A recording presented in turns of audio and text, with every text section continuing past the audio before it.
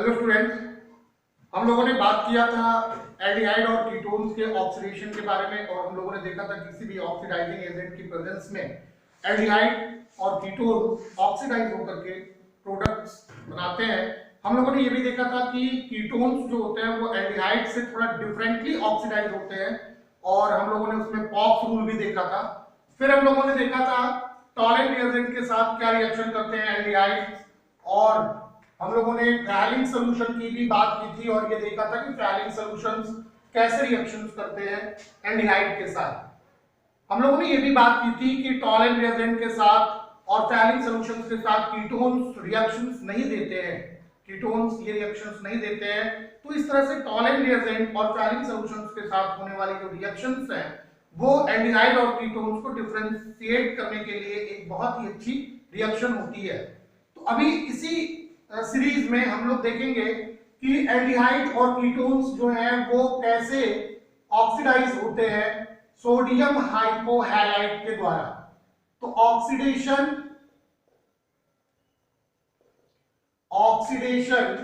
With sodium hypohalide, sodium hypohalide, oxidation with sodium हाइपोहैलाइड।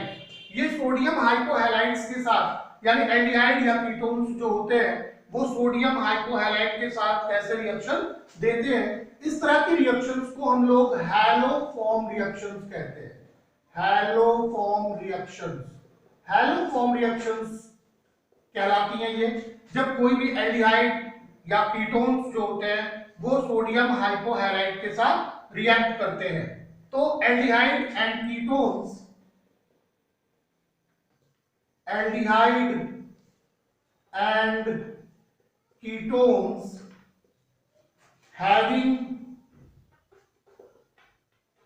aldehyde and ketones having at least one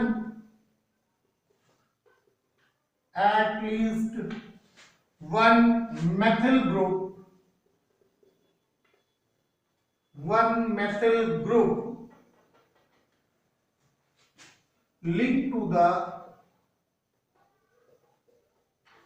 linked to the carbonyl carbon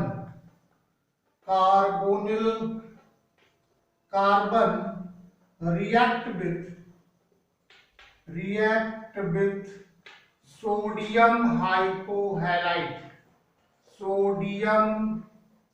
hypohalite and gives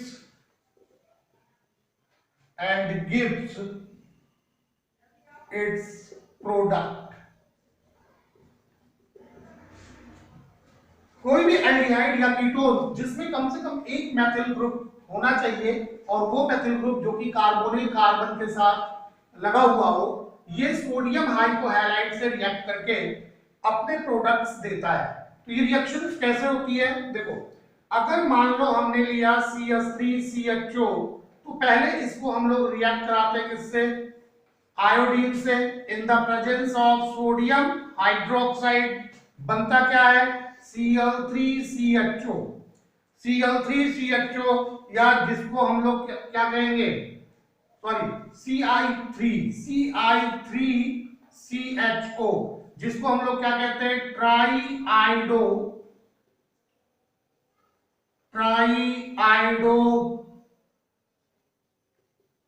ethanal.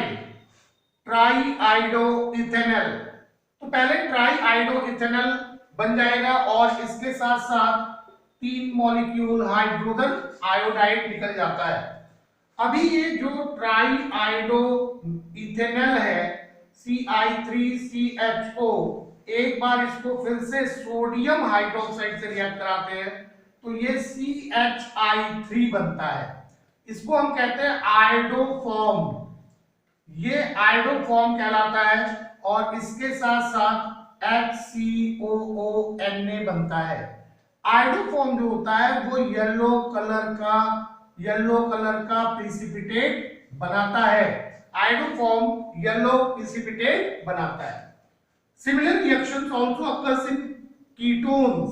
अगर मान लो हमने लिया CH3CO CH3, इसको react कराया किससे, iodine से, in the presence of sodium hydroxide, तो ये Si3CO CH3 बना लेता है और इसके साथ 3 मॉलिक्यूल हाइड्रोजन आयोडाइड निकल जाते हैं। अब यही Si3CO CH3 फिर से एक बार सोडियम हाइड्रोक्साइड से रिएक्ट करता है, बनेगा क्या, CHI3 यानी आयोडो फॉर्म। ये आयोडो फॉर्म बनाएगा और इसके साथ साथ बन जाएगा CH3COONA, sodium acetate, sodium acetate बन जाता है। आयोडो फॉर्म ये येलो प्रिसिपिटेट होता है, येलो प्रिसिपिटेट बनाता है। तो आयोडो फॉर्म रिएक्शंस, या जिसको हम लोग रिएक्शंस विद सोडियम हाइपोहैलाइड, या इसी को हम लोग हैलो फॉर्म रिएक्शंस कहते हैं। तो अगर ये रिएक्शन आयोडीन के साथ होती है तो इससे आयोडो फॉर्म का फॉर्मेशन होता है, इसलिए ये रिएक्शन जो है वो आयोडो फॉर्म रिएक्शन भी कहलाती है। तो this reaction is also called iodoform reaction. ये रिएक्शन आयोडोफॉर्म रिएक्शन भी कहलाती है, इसे आयोडोफॉर्म रिएक्शंस भी कहते हैं। फटाफट इसको नोट करिए, फिर अभी हम लोग और देखते हैं कि आयोडोफॉर्म रिएक्शंस के और क्या क्या कैरेक्टर्स होते हैं।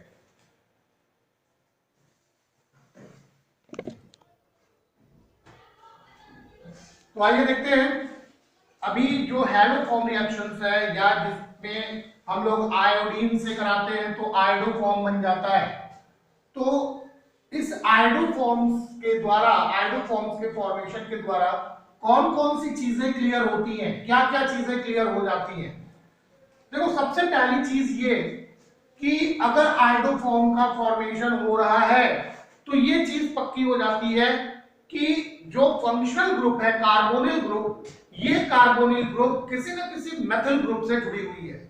अगर मान लो कि मेथल ग्रुप से कार्बोनिल नहीं जुड़ा हुआ है, एथिल से जुड़ा हुआ है, तो ऐसी कंडीशन में कोई भी प्रिसिपिटेट का फॉर्मेशन नहीं होगा। जैसे अगर मान ले हम लोगों के पास CH3 CH2 C double bond O bond CH2 और CH3 है, यानी अगर हमारे पास पेंट-2-ओन है, अगर इस पेंट-2-ओन से हमें आयोडीन से रिएक्ट कराना है इन the presence of sodium hydroxide, तो यहां पे आप सीधे सीधे लिख सकते हैं नो प्रिसिपिटेट फॉर्म्ड। यहां पे प्रिसिपिटेशन नहीं होगा, आयोडो फॉर्म का फॉर्मेशन नहीं होता है, यानी जो येलो प्रिसिपिटेट आना चाहिए वो नहीं आएगा। क्यों? क्योंकि यहाँ पे मेथिल ग्रुप नहीं जुड़ा हुआ है बल्कि एथिल ग्रुप जुड़ा हुआ है, और एथिल ग्रुप के जुड़े होने पर प्रिसिपिटेट नहीं बनेगा। तो सबसे इंपॉर्टेंट चीज यही हुई कि haloform reaction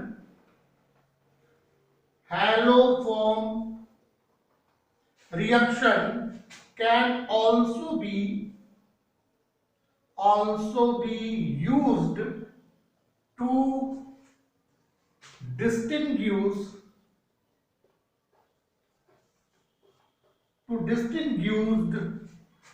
methyl ketone।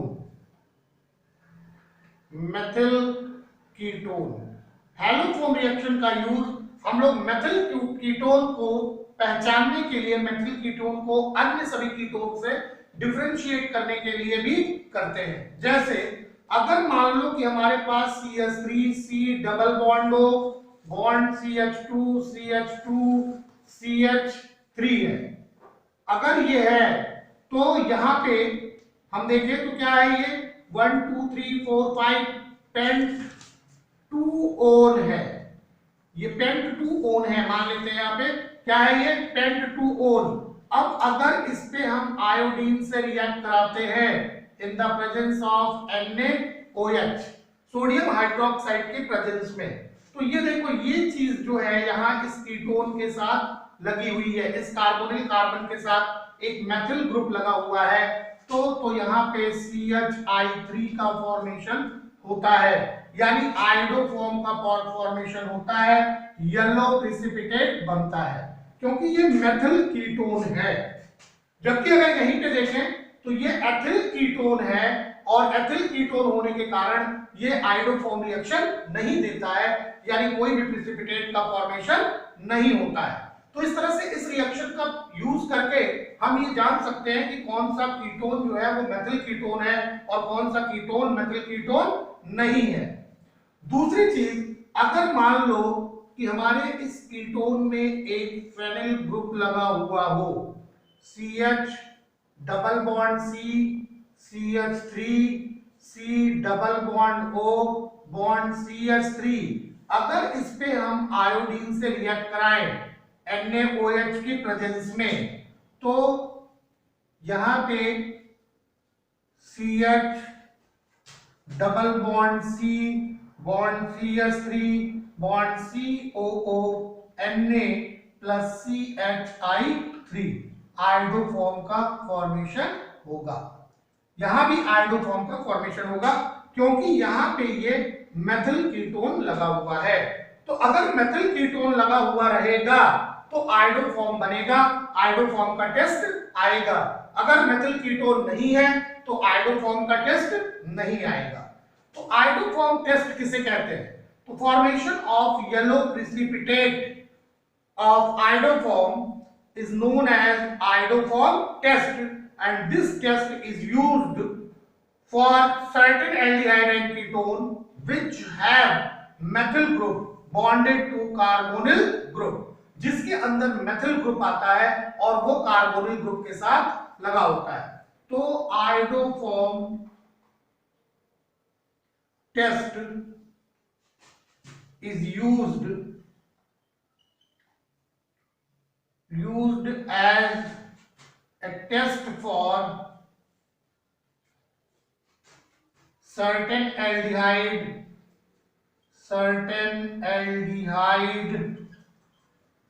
and ketones which have methyl group bonded to carbonyl group, जो कार्बोनिल ग्रुप के साथ जुड़ा हुआ हो, जैसे CH3 C double bond O हो, इस तरह से। अभी इसका यूज और भी कई सारी चीजों को डिटेक्ट करने के लिए किया जाता है। जैसे अगर इस रिएक्शन मिक्सचर को लेकर के हम गर्म करें तो ऐसी कंडीशन में जो आयोडोफॉर्म का प्रिसिपिटेट होता है, ये इस बात को इंडिकेट करता है कि ये पॉजिटिव आयोडोफॉर्म टेस्ट है। गर्म करने पर अगर ये प्रिसिपिटेट गायब नहीं होता है तो इसका मतलब ये हुआ कि ये पॉजिटिव आयोडोफॉर्म टेस्ट है। जैसे अगर मान लो कि हम लोग CH3 CH2OH पर अगर हम लोग आयोडीन से रिएक्ट कराते हैं in the presence of sodium carbonate, तो ऐसी कंडीशन में भी क्या बनता है? आयोडोफॉर्म बनता है। इसमें भी आयोडोफॉर्म बनता है, HCOO Na बनेगा और इसके साथ सोडियम आयोडाइड बनेगा, इसके साथ वाटर निकलता है और CO2 भी निकल जाती है, कार्बन डाइऑक्साइड भी निकल जाती है, तो 3 कार्बन डाइऑक्साइड निकलेगी, 3 CO2 हो जाता है। अभी यहां पे भी आयोडोफॉर्म बना। ऐसे ही अगर हम लोग प्रोपेनॉल ले लें तो वहां भी आयोडोफॉर्म बनता है, प्रोपेनॉल में भी, लेकिन बस फर्क इतना है कि जो ये अल्कोहल के द्वारा जो ये आयोडोफॉर्म बनता है, अगर इसको हम लोग गर्म करते हैं तो ये घुल जाएगा, और जब ये घुल जाएगा तो ये कंफर्म आयोडोफॉर्म टेस्ट नहीं कहलाएगा, क्योंकि एल्डिहाइड्स के जो आयोडोफॉर्म टेस्ट होते हैं वही कंफर्म आयोडोफॉर्म टेस्ट कहलाते हैं। तो ये ऑक्सीडेशन रिएक्शंस यहीं पे समाप्त होती है। अभी हम लोग बात करेंगे एल्डिहाइड और कीटोन्स के रिडक्शन के बारे में कि एल्डिहाइड और कीटोन्स रिडक्शन रिएक्शंस कैसे देती है, एल्डिहाइड्स को या कीटोन्स को रिड्यूस करके हम कौन से कंपाउंड्स बना सकते हैं। तो इसको फिर फटाफट नोट करिए, फिर हम लोग बात करते हैं रिडक्शन रिएक्शंस की। हेलो स्टूडेंट्स, लास्ट लेक्चर में हम लोगों ने पढ़ा था oxidation of aldehyde and ketones. Aldehyde और कीटोन्स के ऑक्सीडेशन और उस ऑक्सीडेशन से बनने वाले डिफरेंट प्रोडक्ट्स के बारे में हम लोगों ने बात किया था। आज के इस लेक्चर में हम लोग बात करेंगे reduction of aldehyde and ketones.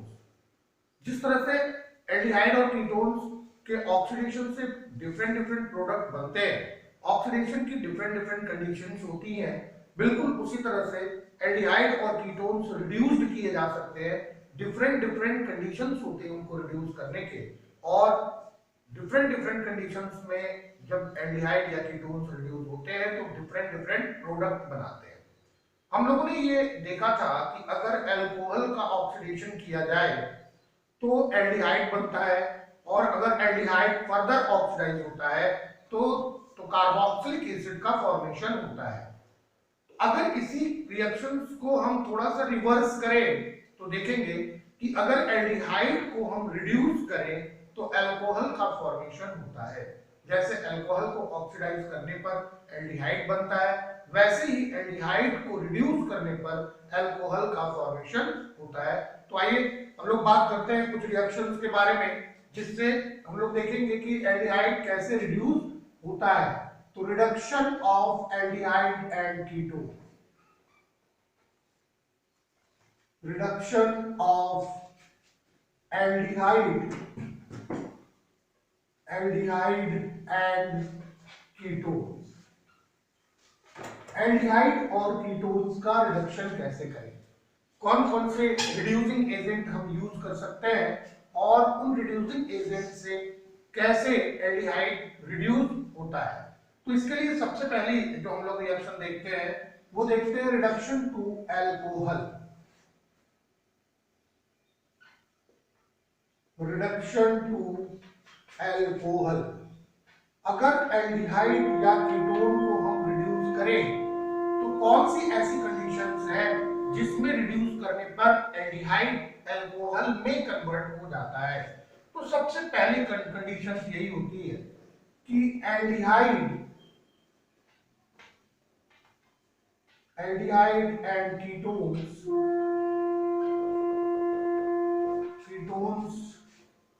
can be reduced into alcohol in the presence of hydrogen. अब हाइड्रोजन के साथ हम लोग जब हाइड्रोजन से रिड्यूस कराते हैं तो इसके साथ कैटलिस्ट की आवश्यकता होती है। तो निकल, प्लैटिनम या पैलेडियम, इनमें से कोई एक कैटलिस्ट हम लोग हाइड्रोजन के साथ रखेंगे तो जाकर के ये रिडक्शन होगा। या फिर हम लोग करवाते हैं रिडक्शन किससे, लिथियम एल्यूमिनियम हाइड्राइड से, लिथियम एल्यूमिनियम हाइड्राइड, या फिर क्या ले लें, सोडियम बोरोहाइड्रेट, सोडियम बोरोहाइड्रेट। ये सारे रिड्यूसिंग एजेंट हैं। ध्यान रखने की बात ये होगी कि इसमें हाइड्रोजनेशन कराएं, यानी हाइड्रोजन से रिड्यूस कराएं, या सोडियम बोरोहाइड्रेट लें। तो अभी कभी कभी ऐसा होता है कि हम लोग भूल जाते हैं कि कौन सा रिड्यूसिंग एजेंट यहाँ पे अप्लाई किया गया है। तो याद रखिएगा, लिथियम एल्यूमिनियम हाइड्राइड एक यूनिवर्सल रिड्यूसिंग एजेंट है जिसका यूज हम किसी भी रिडक्शन रिएक्शंस के लिए कर सकते हैं। हाइड्रोजन या सोडियम बोरोहाइड्रेट लेने की एक प्रॉपर कंडीशन होती है जो केवल कुछ ही रिएक्शंस को रिड्यूस कर सकते हैं, लेकिन लिथियम एल्यूमिनियम हाइड्राइड एक यूनिवर्सल रिड्यूसिंग एजेंट होने की वजह से ये किसी के साथ भी रिएक्ट करके उसको रिड्यूस करा सकता है। तो देखिए कैसे ये रिएक्शन होती है। अगर कार्बोनिल कार्बन है, ये कार्बोनिल कार्बन को अगर हम रिड्यूस कराते हैं in the presence of hydrogen, के साथ रहेगा निकल, प्लैटिनम, या फिर क्या, पैलेडियम, या फिर लिथियम एल्यूमिनियम हाइड्राइड, या फिर सोडियम बोरोहाइड्रेट। इनमें से कोई भी एक रिड्यूसिंग एजेंट रहेगा तो ये कार्बोनिल कार्बन जो होता है ये कन्वर्ट हो जाता है अल्कोहल के लिए। ये कार्बोनिल कार्बन जो है उसके साथ कौन सा ग्रुप इंट्रोड्यूस होगा, अल्कोहल का फंक्शनल ग्रुप इंट्रोड्यूस हो जाता है। यानी जो भी कंपाउंड होगा यहाँ पे, चाहे एल्डिहाइड हो या फिर क्या हो, कीटोन हो, चाहे जो कंपाउंड रहेगा वो कंपाउंड अल्कोहल बन जाएगा। जैसे अगर मान लो कि हमने लिया एसिटाल्डिहाइड CH3CHO और इसको हमने हाइड्रोजनेशन कराया in the presence of nickel, तो क्या बनेगा ये CH3CH2OH, इथेनॉल बन जाता है। एसिटाल्डिहाइड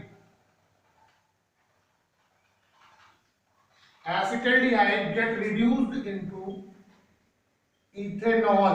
एसिटाल्डिहाइड जो है वो इथेनॉल में कन्वर्ट हो जाती है। एक 1 डिग्री अल्कोहल का फॉर्मेशन होता है। लेकिन अगर हमारे पास कीटोन हो CH3 C double bond O bond CH3 और इसको हम रिड्यूस कराते हैं in the presence of lithium aluminium hydride, lithium aluminium hydride के प्रेजेंस में, तो ये बनाएगा क्या, देखो CH3C, यहां पे क्या बन जाएगा OH H CH3, ये 2 डिग्री अल्कोहल बन जाता है, या इसी को हम आइसोप्रोपिल अल्कोहल कहते हैं।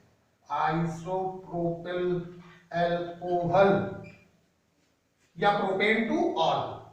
तो इस तरह से देखा गया क्या कि जितने एल्डिहाइड्स हैं ये एल्डिहाइड्स 1 डिग्री अल्कोहल बनाते हैं, जबकि जितने कीटोन्स हैं ये कीटोन्स 2 डिग्री अल्कोहल बनाएंगे। ध्यान रखने की बात यह है कि अगर हम लोग बेंजील्डिहाइड ले लें C6H5CHO और इसको भी लिथियम एल्यूमिनियम हाइड्राइड से रिड्यूस कराते हैं, ये एक रिड्यूसिंग एजेंट है, और इसके प्रेजेंस में जब रिडक्शन होता है तो ये C6H5CHOH बन जाता है, यानी बेंजिल अल्कोहल। बेंजिल अल्कोहल का फॉर्मेशन हो जाता है। बिल्कुल अगर ऐसे ही हम लोग डाइसाइक्लोहेक्सिल अल्कोहल ले लें,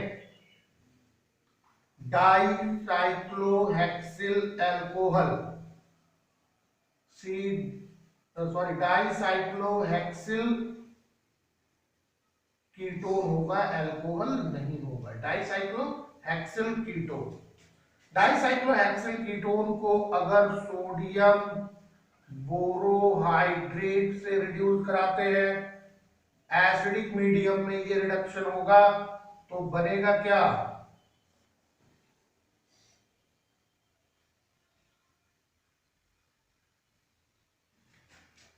बनेगा क्या CH और यहां क्या रहेगा OH, क्या बन जाएगा डाइसाइक्लोहेक्सिल मेथेनॉल, डाइसाइक्लोहेक्सिल मीथेनॉल,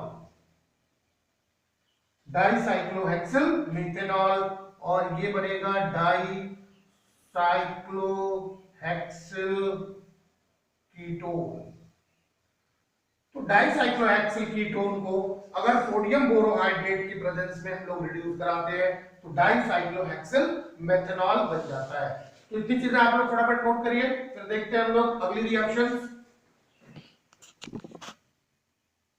हो गया, मिटा लें इसको। देखिए यहाँ पे जो रिड्यूसिंग एजेंट हम लोगों ने लिया है, इन रिड्यूसिंग एजेंट के बारे में हम लोग कुछ थोड़ा सा जान लें कि जो अभी हम लोगों ने 3 रिड्यूसिंग एजेंट देखा, एक हाइड्रोजन, दूसरा लिथियम एल्यूमिनियम हाइड्राइड और तीसरा सोडियम बोरोहाइड्रेट। इन तीनों के अंदर लिथियम एल्यूमिनियम हाइड्राइड जो है वो सबसे बेस्ट रिड्यूसिंग एजेंट है। लिथियम एल्यूमिनियम हाइड्राइड ये aldehyde, ketone, acid, chloride, esters, carboxylic acid यानी maximum class of organic compounds को रिड्यूस करता है, जबकि जो सोडियम बोरोहाइड्रेट है ये सोडियम बोरोहाइड्रेट एल्डिहाइड, कीटोन्स या कुछ एसिड क्लोराइड्स को रिड्यूस कर सकता है। ये ना तो एस्टर्स को रिड्यूस कर पाता है और ना ही ये कार्बोक्सिलिक एसिड को रिड्यूस कर सकता है। तो रिडक्शन करने के लिए सबसे इंपॉर्टेंट जो रिड्यूसिंग एजेंट है वो लिथियम एल्यूमिनियम हाइड्राइड, ये एक यूनिवर्सल रिड्यूसिंग एजेंट है और बहुत ही ज्यादा रिएक्टिव है। अपनी रिएक्टिविटी के कारण मैक्सिमम ऑर्गेनिक कंपाउंड्स को ये रिड्यूस करता है। तो इस चीज को याद रखेंगे कि लिथियम एल्यूमिनियम हाइड्राइड जो है वो बहुत सारे फंक्शनल ग्रुप्स को चेंज कर सकता है by reducing them into different compounds.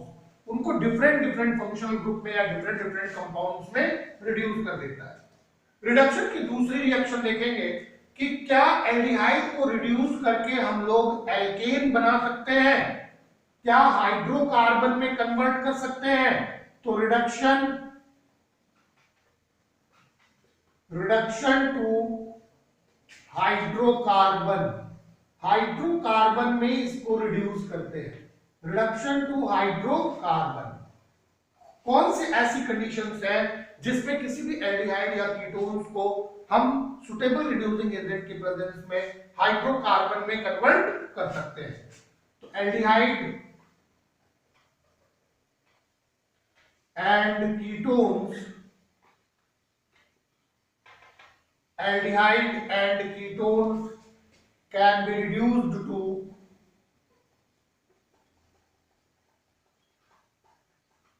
can be reduced to hydrocarbon.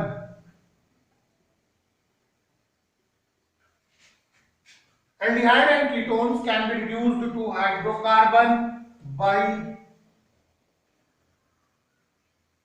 some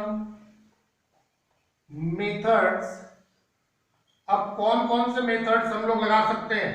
देखो सबसे पहली चीज ये कि अगर इसका हम लोग रिडक्शन करें तो ये कन्वर्ट हो जाएगा CH और H में, यानी हाइड्रोकार्बन में ये कन्वर्ट हो जाता है। कैसे कन्वर्ट कर सकते हैं, वो कौन कौन सी मेथड है। तो सबसे पहला मेथड देखते हैं reduction with zinc amalgam. Zinc amalgam क्या होता है।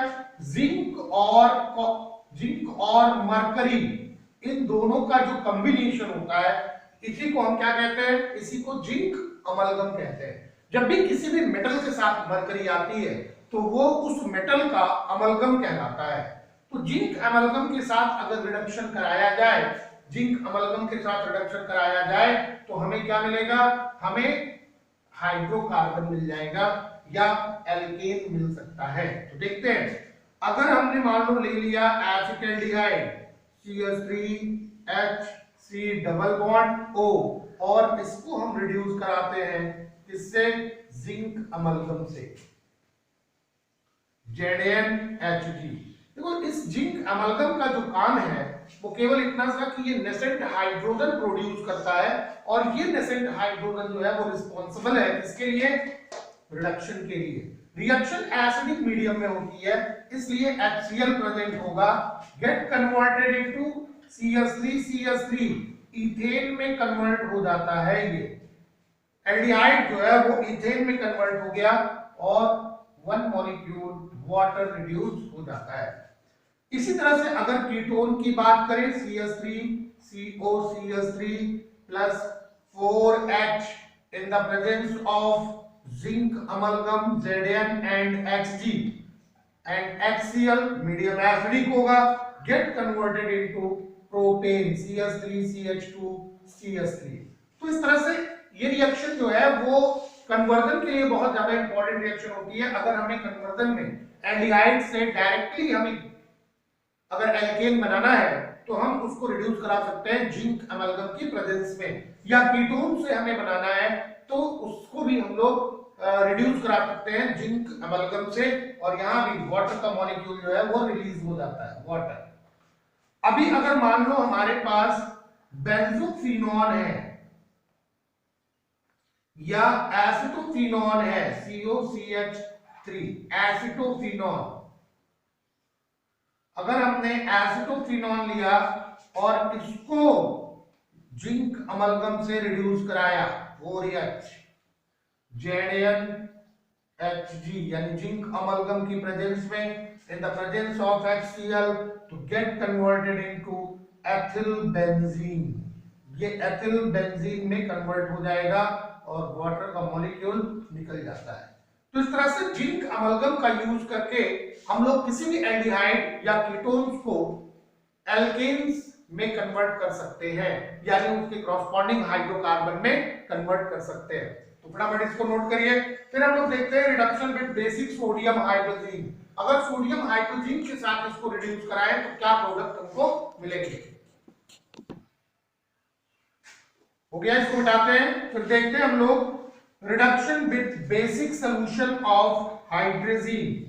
हाइड्रोजीन के बेसिक सोल्यूशन से अगर एल्डिहाइड और कीटोन्स को रिड्यूस कराते हैं तो उससे हमें क्या क्या प्रोडक्ट मिलता है और ये रिडक्शन कैसे होता है, ये चीजें हम लोग अभी देखेंगे। जो हाइड्रोजीन के बेसिक सोल्यूशन के साथ रिडक्शन होता है इसी को वुल्फ-किर्शनर रिडक्शन भी कहते हैं। वुल्फ-किर्शनर रिडक्शन। तो रिडक्शन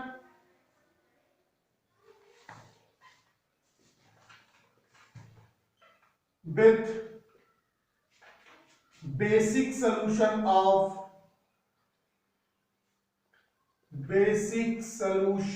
of हाइड्रोजीन। हाइड्रोजीन के बेसिक सोल्यूशन से एल्डिहाइड या कीटोन्स का रिडक्शन करना।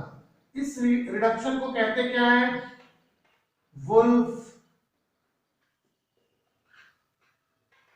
किर्शनर रिडक्शन। वुल्फ-किर्शनर रिडक्शन कहते हैं। ये रिडक्शन वुल्फ-किर्शनर रिडक्शन कहलाती है। तो देखो इस तरह से एल्डिहाइड या कीटोन्स जो होता है उसको हम लोग हीट करते हैं, उसको गर्म करते हैं। किससे? हाइड्रोजीन के मिक्सचर के साथ, बेसिक हाइड्रोजीन के मिक्सचर के साथ। यानी ड्यूरिंग द रिएक्शन हाइड्रोजीन तो रहेगा ही रहेगा, इसके साथ साथ कोई ना कोई हम बेस रखेंगे ताकि वो मीडियम बेसिक हो सके। जैसे पोटेशियम हाइड्रोक्साइड रख सकते हैं या फिर सोडियम हाइड्रोक्साइड रखेंगे। तो एल्डिहाइड और कीटोन, एल्डिहाइड और कीटोन, एल्डिहाइड या कीटोन जो है उसको हम लोग हीट करते हैं, heated with A mixture of hydrochloric hydrazine, with a mixture of hydrazine and KOH at 453 to 473 Kelvin। 453 से 473 केल्विन तक इसको हम लोग हीट करते हैं। तो रिडक्शन के दौरान एल्डिहाइड या कीटोन्स जो होता है वो पहले कन्वर्ट हो जाता है हाइड्रोजोन में, क्योंकि जब भी हम लोग हाइड्रोजन से रिएक्शन करवाते हैं, लोगों ने पहले भी पढ़ा कि अगर एल्डिहाइड और कीटोन्स जो है वो हाइड्रोजन से रिएक्शन करती हैं तो हाइड्रोजोन का फॉर्मेशन करती हैं और फिर हाइड्रोजोन जो होगा वो कन्वर्ट हो जाता है इथेन में। Aldehyde and ketone first converted into hydrazone, then alkane, और फिर किसमें कन्वर्ट हो जाएगा? एल्केन में। तो क्या रिएक्शन होती है? देखो एक रिएक्शन इसमें जो है हम लोगों ने पढ़ा भी है, C double bond O bond H, aldehyde लिया, हाइड्रोजन से रिएक्ट कराते हैं। देखो H2N NH2 पढ़ा हम लोगों ने इसको, H2N NH2। तो H2N NH2 ये क्या होगा? H2O एलिमिनेट हो जाएगा और बनेगा क्या? Hydrogen CH3CH double bond N NH2। क्या बन गया? हाइड्रोजन। ये हाइड्रोजन बना। अब यहाँ पे इसको हम KOH से 453 टू 473 केल्विन पर हीट करते हैं। तो अगर हम हीट करेंगे, ऐसी कंडीशन में हीट करेंगे तो ये बन जाएगा CH3 प्लस नाइट्रोजन निकल जाता है। लेकिन इसी के साथ एक और चीज हम ले सकते हैं, वो है ग्लाइकॉल। ग्लाइकॉल ले सकते हैं, ग्लाइकॉल की प्रेजेंस में ये रिएक्शन होती है। तो एल्डिहाइड जो है, aldehyde react with hydrazine, hydrazine के साथ रिएक्ट कराते हैं, बना क्या, एल्डिहाइड हाइड्रोजोन बना। और इसी को जब हमने KOH के साथ मिला के हीट किया तो यहां क्या मिल गया, इथेन मिल गया। इस रिएक्शन को वुल्फ-किश्नर रिडक्शन कहते हैं। देखो अगर कीटोन हो तो सिमिलर वे में रिएक्शन होती है। देखो C double bond O bond CH3 plus H2N NH2, product क्या बनेगा, बनेगा CH3 C double bond N NH2 और यहां क्या रहेगा CH3। ये प्रोडक्ट मिल गया। अभी इसी को हमें क्या करना है, KOH की प्रेजेंस में रिएक्ट कराना है 453 टू 473 केल्विन पर और get converted into propane CH3 CH2 CH3 plus निकल जाएगा क्या N2, प्रोपेन बन जाएगा। तो हमारे पास एक और तरीका है जिससे हम एल्डिहाइड को डायरेक्टली एल्केन में कन्वर्ट कर सकते हैं by reducing them with hydrogen. अगर इनको हम हाइड्रोजन के साथ रिड्यूस करते हैं तो हाइड्रोजन के साथ रिड्यूस करने पर ये फिर सीधे कन्वर्ट हो जाएंगे किसमें, एल्केन में, एल्केन में कन्वर्ट हो जाते हैं। ऐसे ही अगर मान लो कि हम लोग एसिटोफिनॉल ले लें, एसिटोफिनॉल, देखो यहां पे रिएक्शन लिखते हैं, अगर हमने लिया क्या एसिटोफिनॉल, यहां पे C double bond O bond CH3, acetophenol लिया हमने और इस एसिटोफिनॉल को अगर हम हाइड्रोजन से रिएक्ट कराते हैं यानी H2N NH2 तो बनेगा क्या, देखो हाइड्रोजोन बन जाता है। ये C double bond N bond NH2 यहां लगेगा क्या CH3। अब इसी को हम KOH की प्रेजेंस में 453 टू 473 गर्म करते हैं। अगर हमने इसको गर्म किया तो ये क्या बना लेगा, अगर इसको हम गर्म करते हैं तो ये एथिल बेंजीन बना देगा, CH2 CH3 प्लस N2 निकल जाएगा, एथिल बेंजीन। तो इस तरह से हाइड्रोजन के साथ भी एल्डिहाइड या कीटोन, चाहे वो एरोमेटिक एल्डिहाइड्स हो या एरोमेटिक कीटोन्स हो, उनको हम रिड्यूस कर सकते हैं और कॉरस्पॉन्डिंग हाइड्रोकार्बन प्राप्त कर सकते हैं। तो ये वुल्फ-किश्नर रिडक्शन के नाम से जाना जाता है, इसे वुल्फ-किश्नर रिडक्शन कहते हैं। फटाफट नोट करिए। फिर हम लोग देखते हैं reduction with hydrogen iodide. Last चीज है रिडक्शन में कि हाइड्रोजन आयोडाइड के साथ कैसे रिड्यूस करता है। तो रेड फास्फोरस की प्रेजेंस में एल्डिहाइड या कीटोन्स जो होते हैं वो रिडक्शन करते हैं, एल्डिहाइड या कीटोन्स रिड्यूस्ड होते हैं रेड फास्फोरस की प्रेजेंस में। मिटा लें इसको फटाफट।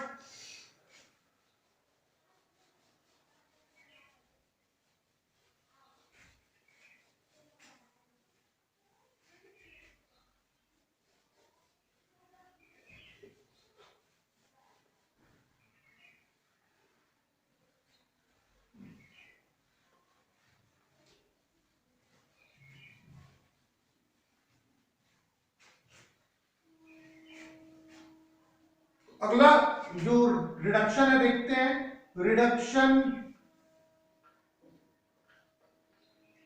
With hydrogen iodide. Hydrogen iodide की प्रेजेंस में या हाइड्रोजन आयोडाइड से हम एल्डिहाइड और कीटोन्स को कैसे रिड्यूस करवाते हैं। तो reduction with hydrogen iodide in the presence of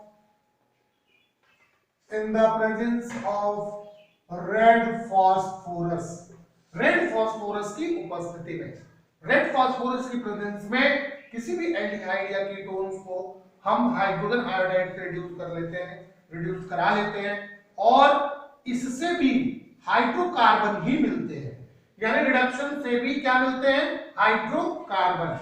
तो कैसे रिड्यूस करवाएंगे, देखो एल्डिहाइड लिया हमने CH3CHO, इसको हम लोग रिएक्ट कराते हैं किससे, 4HI से, in the presence of red phosphorus at 423 kelvin temperature.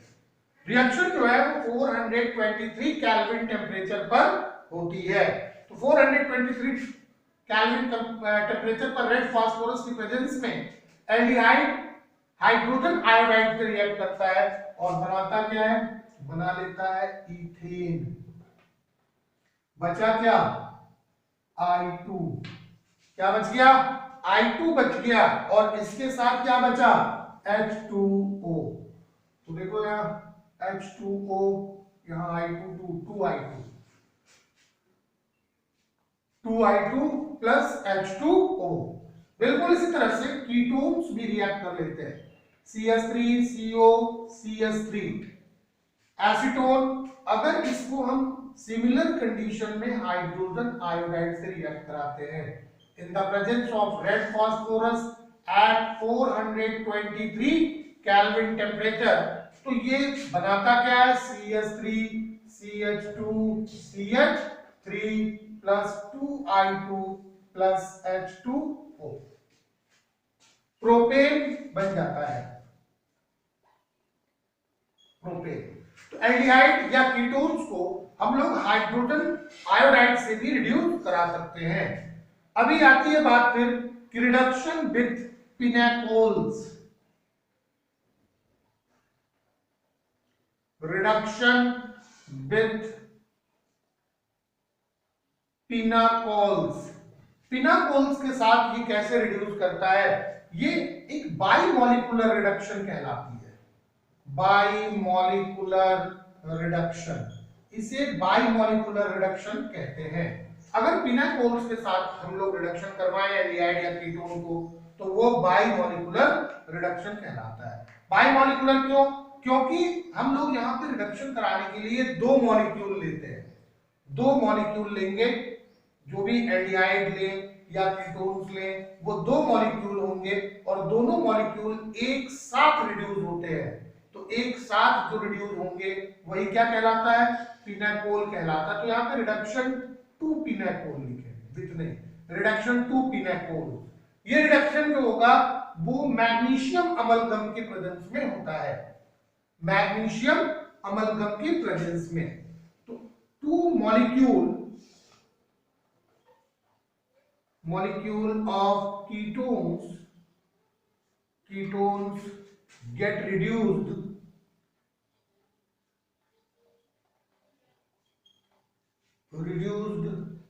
in the presence of magnesium amalgam and give pinacol. क्या बनाएगा, पिनाकोल बनाएगा। एक्चुअल में पिनाकोल होता क्या है, पिनाकोल का केमिकल नाम क्या होगा, तो इसका नाम होगा 2,3-डाइमेथिल, 2,3-डाइमेथिल ब्यूटेन 2,3-डाइऑल, इसी को हम क्या कहते हैं, पिनेकॉल। 2,3-डाइमेथिल ब्यूटेन 2,3-डाइऑल। कैसे रिएक्शन होती है, दो मॉलिक्यूल कीटोन लेना है, देखो CH3 C double bond O bond CH3 plus क्या लेना है, O double bond C bond CH3, और यहां भी क्या हो गया CH3, यही रिड्यूस होगा यहां 2H किसकी प्रेजेंस में, मैग्नीशियम अमलगम की प्रेजेंस में, मैग्नीशियम अमलगम की प्रेजेंस में। इसको हम लोगों को करना क्या है, मैग्नीशियम अमलगम की प्रेजेंस, देखो CH3 और C, यहां भी क्या बना CH3। अभी जो O है, ये O जो होता है वो OH में कन्वर्ट हो जाएगा, फिर COH, यहाँ क्या हो गया CH3, और ये भी क्या हो गया CH3। यही क्या है, देखो 2,3-डाइमेथिल